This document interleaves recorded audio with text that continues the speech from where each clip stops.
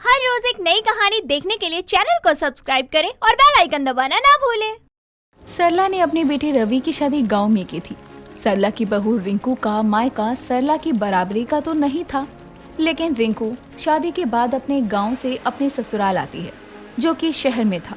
अब रिंकू अपने ससुराल में आती है तो देखती है कि उसका ससुराल बहुत बड़ा है और अमीर भी।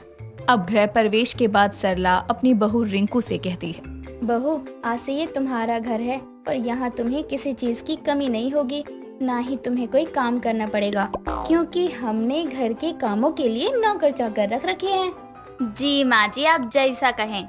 सरला के जाने के बाद रिंकू अपना घूंघट हटाकर पूरे घर में इधर उधर देखते हुए खुद से ही कहती है, रिंकू, तुम्हारी तो किस्मत ही खुल गई। इतना बड़ा घर और तो और नौकर चाकर भी हैं। ये मखमल का गद्दा, ये बड़े बड़े कमरे, सच में अमीरी का चीज है। अब कुछ समय बाद ही रिंकू की जेठानी मोनिका का आना होता है और वो रिंकू को देखकर कहती है, रिंकू, राइट, यही नाम है ना तुम्हारा? वैसे मॉम ने तुम में ना जाने ऐसा क्या देखा? हाँ, देसी गवार कहीं की। एक्सक्यूज मी, तुम हमका का बोली? देसी गवार? और खुद की शक्ल देखी हो? ऐसा लग रहा है जैसे अभी अभी कुकर से निकाला हो कोनो तुमको।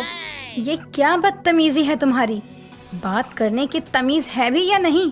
अभी इस घर में आए हुए तुम्हें 1 घंटा भी नहीं हुआ कि तुम्हारी जुबान कैंची की तरह चलने लगी। हाँ, तो शुरुआत भी तो तुम ही की थी ना, हमको देसी गवार बोल के। रिंकू भले ही गांव की थी, लेकिन वो समझदार भी बहुत थी। अब कुछ समय बाद ही रिंकू का पति रवि रिंकू के कमरे में आता है और रिंकू को बेड पर बैठे हुए देखकर कहता है, खाना खाया तुमने कि नहीं? और किसी चीज की जरूरत हो तो मुझे फोन कर लेना। वैसे हमारे पास तो फोन नहीं है, हम आपको कैसे फोन करेंगे? अच्छा ठीक है, मैं तुम्हें एक फोन दिलवा देता हूँ। क्या बात है रिंकू, तुम्हारा पति तो हैंडसम ही नहीं, समझदार भी है। अब कुछ ही समय बाद रिंकू के कमरे में चमेली का आना होता है और वो आते ही रिंकू से कहती है, हेलो दीदी, माय नेम इज चमेली। हम आपको भाभी बोले तो चलेगा ना? क्या बात है, कोई तो अपना फील करवा रहा है हमको। वैसे तुम कहाँ से हो? बिहार से? हाँ हाँ भाभी, हम बिहार से हैं। वैसे आपको कैसे पता चला कि हम बिहार से हैं? अरे, हम बिहारियों की बात करने का अपना ही एक अंदाज है भाई। वैसे भाभी, आपको कोनो चीज की जरूरत हो तो हमको बता दीजिएगा, हम ला देंगे। बाकी अब हम चलते हैं, वो मोनिका डायन है ना, हमको ढूंढ ही रही होगी। अब कुछ समय बाद ही सरला के घर विमला का आना होता है और वो सरला की बहू रिंकू की मुंह दिखाई करने आती है। अब सरला और विमला रिंकू के कमरे में पहुंचती हैं। बहू, बहू, कहाँ हो तुम? बाहर आओ। आजा बहू, ये है अपनी पड़ोसन विमला आंटी। ये भी घर की एक मेंबर की तरह ही है, इनका यहाँ आना जाना लगा ही रहता है।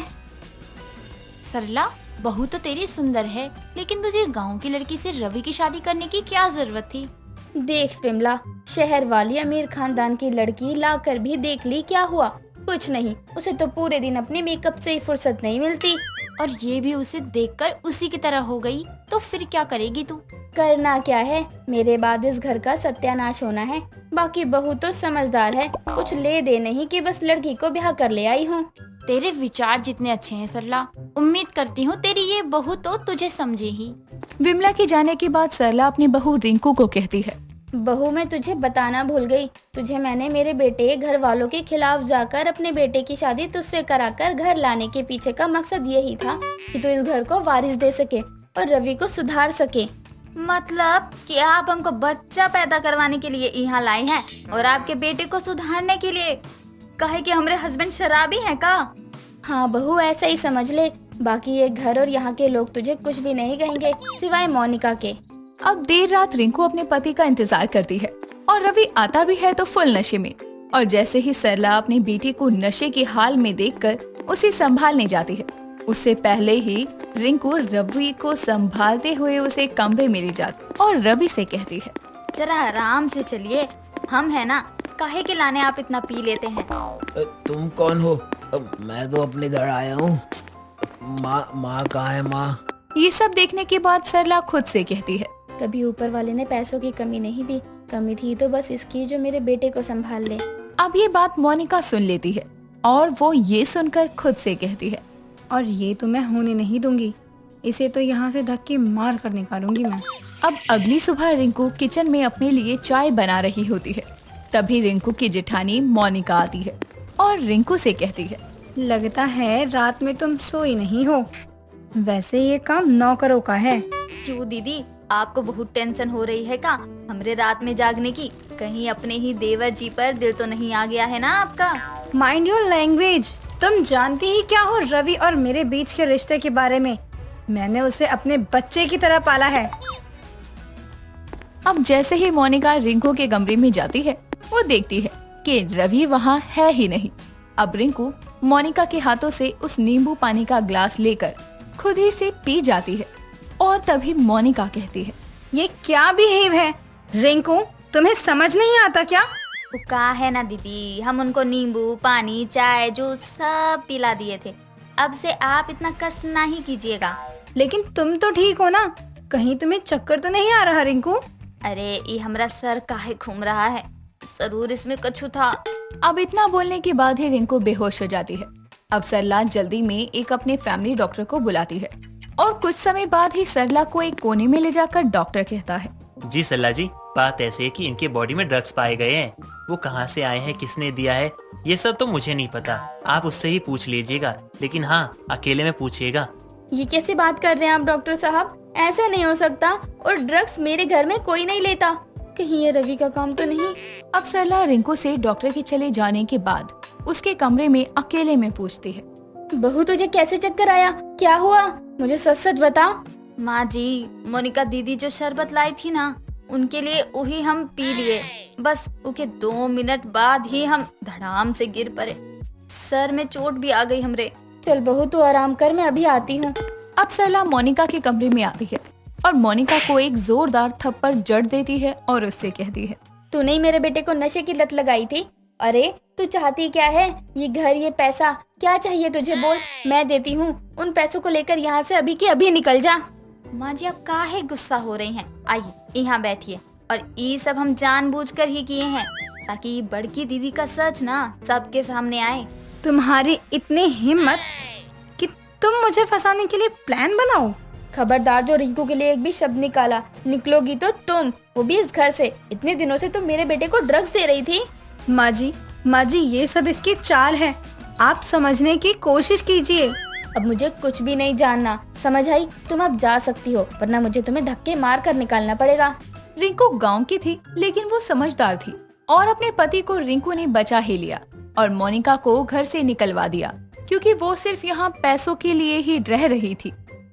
3 बहन आपस में झगड़ा कर रही थी। दुलारी, मैं तुझे समझा रही हूँ कि पहले मुझे मेकअप करने दे, वरना मैं तेरा मुंह तोड़ दूंगी। अच्छा जी, तू मेरा मुंह तोड़ेगी? तुझे क्या लगता है कि तू मेरा मुंह तोड़ेगी और मैं तेरा मुंह छोड़ दूंगी? याद रहे, अगर मेरे मुंह को कुछ हुआ ना तो तेरा मुंह मेकअप के लायक नहीं बचेगा। ओ हेलो, तुम दोनों ऐसे लड़ क्यों रहे हो? अरे तुम दोनों लड़ाई झगड़ा बंद करो, क्योंकि इसमें सबसे ज्यादा मेकअप के पैसे मेरे हैं, तो इसको सबसे पहले इस्तेमाल मैं ही करूंगी। शक्ल देखी है तूने? मेरी प्यारी और दुलारी दोनों बहन मेरी शक्ल जैसी भी है, लेकिन तुम दोनों से तो लाख गुना अच्छी है। ऐसा लगता है किसी गटर में से किसी कीड़े को अपने मुंह में चला लिया हो, ऐसा गंदा सा लगता है। मैं तेरा मुंह तोड़ दूंगी। सुंदरी, वैसे तुम मेकअप के लिए हम दोनों से क्यों लड़ रही हो? हमारा तो समझ आता है कि हम दोनों बाहर जा रहे हैं, आखिर तुम कहाँ जा रही हो? इस तरह मेकअप के लिए झगड़ने आई हो क्या हमसे? अरे मैं कहीं भी जाऊँ, तुम दोनों होते कौन है मुझसे ऐसे बोलने वाली? और मैं तुम्हें बस इतना बताना चाहती हूँ कि इस मेकअप किट में सबसे ज्यादा पैसे मेरे लगे हैं, तो तुम दोनों का कोई हक नहीं है। मुझे मेरे मेकअप किट से अलग करने का कोई हक नहीं है तुम दोनों को। तीनों बहनें मेकअप किट के लिए झगड़ रही थी कि तभी तीनों की माँ निर्मला वहाँ आती है और अपनी बेटियों को इस तरह झगड़ते हुए देखकर उनसे कहती है, अरे बस भी करो, तुम तीनों हद मचा रखी है। कोई इतना झगड़ा भी करता है? तुम तीनों अब बड़ी हो चुकी हो। तुम तीनों के मेकअप किट के झगड़े से मैं परेशान हो चुकी हूँ। मन तो करता है इस मेकअप किट को ही बाहर फेंक दूं। मम्मी, अपनी दोनों बेटियों को समझा लो, अगर सबसे ज्यादा पैसे मेरे लगे हैं तो इस मेकअप किट को सबसे पहले मैं ही इस्तेमाल करूंगी। देख सुंदरी, हम मानते हैं कि इस मेकअप किट में पूरे 10 रुपए ज्यादा लगे हैं, लेकिन इसका मतलब ये थोड़ी ना है कि तुम हम पर इस तरह रौब झाड़ोगी। वो तो तू शुक्र कर कि मैं सिर्फ रौब झाड़ रही हूँ, नहीं तो तू सोच भी नहीं सकती कि मैं तेरा क्या क्या कर सकती हूँ। अरे हम तीनों इस तरह झगड़ क्यों रहे हैं? हम बारी बारी से भी तो अपना मेकअप कर सकते हैं ना। वैसे बात तो सही कही तूने। अब दोनों ही दुलारी की बात से सहमत हो जाती है और बारी बारी करके मेकअप करने लगती है। मेकअप करने के दौरान प्यारी दुलारी दोनों ही सुंदरी से पूछती हैं। अच्छा दीदी, सच बताना कि तुम किधर जा रही हो इतना सज धज के? अरे तुम दोनों कहाँ जा रही हो? मेरी छोड़ो। सुंदरी जी, हम दोनों अपने अपने पार्टनर से मिलने जा रहे हैं। अब आप बताओ, आप कहाँ जा रही हो? वो दरअसल मैं अपने दोस्त से मिलने जा रही हूँ। ओहो, क्या सच में वो दोस्त है? है या दोस्त के नाम पर कोई और? सुंदरी कुछ नहीं बोलती और निकल जाती है। थोड़े ही समय बाद दुलारी और प्यारी भी अपने अपने पार्टनर से मिलने के लिए जाती हैं। कुछ ही देर बाद दुलारी और प्यारी अपने पार्टनर के साथ मिलने लगती है कि तभी वहाँ सुंदरी किसी लड़के के साथ आती है, जिसके बाद अपनी दोनों बहनों को देखकर सुंदरी थोड़ी शॉक हो जाती है और उसे देख प्यारी कहती है, तो दीदी ये आपका दोस्त है? अब आप हमें सच बताएंगे या हम कुछ जीजू से पूछ ले? हाँ हाँ, ये मेरे पार्टनर विशाल हैं। और वैसे भी तुम दोनों इतना बोलो मत। और तुम दोनों जो अपने चुंगू मुंगू से मिलने आई हो ना, इतनी सुंदर बनकर भूलो मत, जो तुम्हारे मुंह पर मेकअप है ना, उसमें मैंने पूरे 10 रुपए ज्यादा मिलाए हैं। और वैसे भी सिर्फ 10 रुपए ही एक्स्ट्रा दिए हैं। हाँ, तो अगर मिला भी लिए हैं तो कौन सा बड़ा काम कर दिया है? दिए तो है ना। अच्छा, तो तुम भूल गई जब तुम्हें लिपस्टिक लेनी थी तो मैंने 20 रुपए मिलाए थे। हाँ, और मैंने भी पूरे 5 रुपए मिलाए थे। अच्छा जी, ये बात है। याद करो जब प्यारी तुम अपने इस टिल्लू से मिलने के लिए टी शर्ट ले रही थी, तब मैंने पूरे 15 रुपए दिए थे। और दुलारी तुम भी मत भूलो, जब तुम अपने पिल्लू के लिए लॉलीपॉप ले रही थी, तो तुम्हें चॉकलेट वाली लॉलीपॉप मैंने ही दिलाई थी। पिल्लू भाई, तू लॉलीपॉप खाता है? अरे भाई, इनका झगड़ा सुलझाना होगा, नहीं तो ये तीनों हमारी पोल पट्टी खोल देंगे और हमारी कोई इज्जत नहीं रहेगी। विशाल भाई, पिल्लू भाई बिल्कुल सही बोल रहे हैं।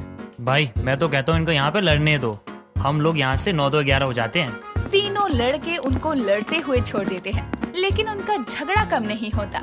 देखते ही देखते शाम हो जाती है और जब तीनों अपने अपने पार्टनर्स को नहीं देखती, तो ये सब देखकर दुलारी कहती है, अरे प्यारी और सुंदरी दीदी, देखो ये तीनों हमें छोड़कर चले गए।